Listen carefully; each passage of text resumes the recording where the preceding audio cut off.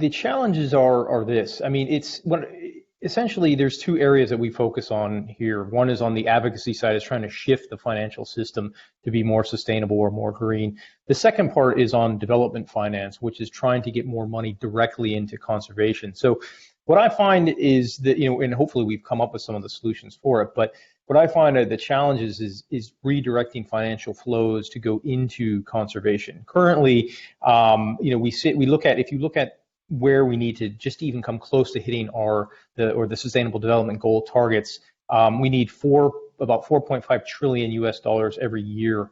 And currently we're at, if you look on the philanthropic side, or the way conservation is traditionally funded, philanthropic or development bank type money, we're only talking about 1.5, 1.7 trillion.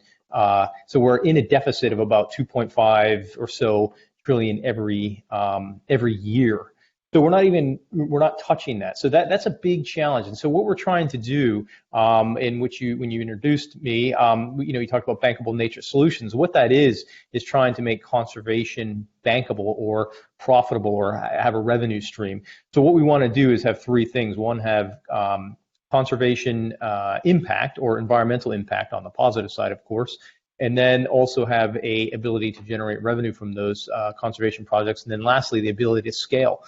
Because what we need and what we've been told since probably the last 3 or 4 years is that, and this comes from the private sector, the banks, whether it's development banks, whether it's commercial banks, investment banks, basically saying to us, we want to get involved in this kind of stuff. We want to get involved in conservation, but the projects are too small. The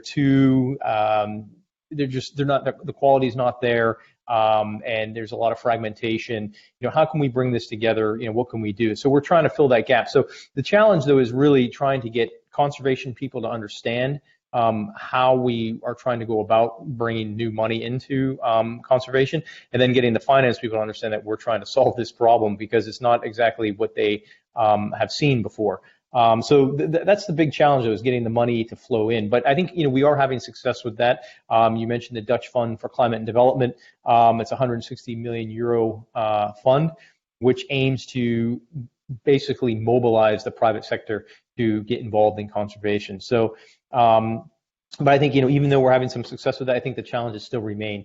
We're fighting against time. We're fighting against, a lot of obfuscation, you could say. We're also fighting against a lot of vested interests. So there's a lot of things that we have to get in place to make this work. So I think I'm quite optimistic, though, about what we're doing. And I think, with a little bit more time, we will have a lot more success in terms of these projects going forward. And what we want to do is have more of these facilities where we can channel more capital into conservation.